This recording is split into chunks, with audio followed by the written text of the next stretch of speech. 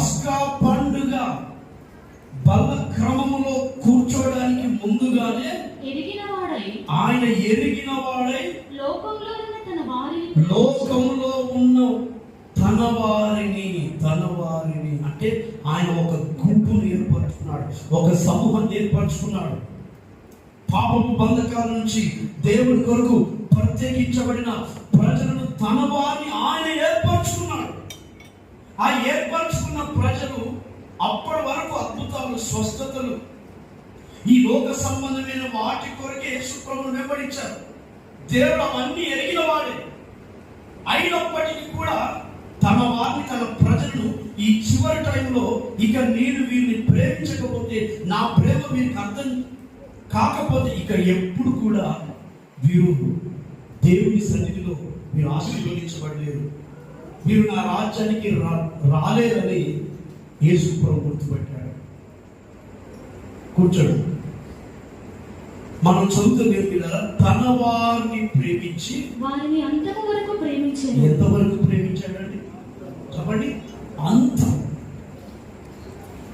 అంటే ఈ భూలోకమంతం కాదు, రేపు యుగాంతం, శాశ్వత కాలం వరకు ఆయన ఈ రోజు వరకు తన ప్రజల్ని ప్రేమిస్తూనే ఉన్నాడా?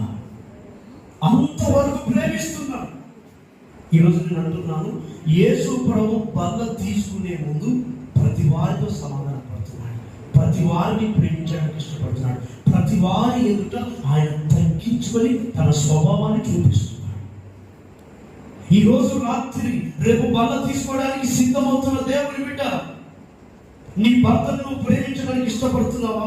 ఇంకా నీ కఠిన మనసుతోనే నీ భర్త మీద విషపు చూపు కలిగి ఏదో బల్ల తీసుకోవడానికి దేవుని సన్నిధికి వచ్చావా?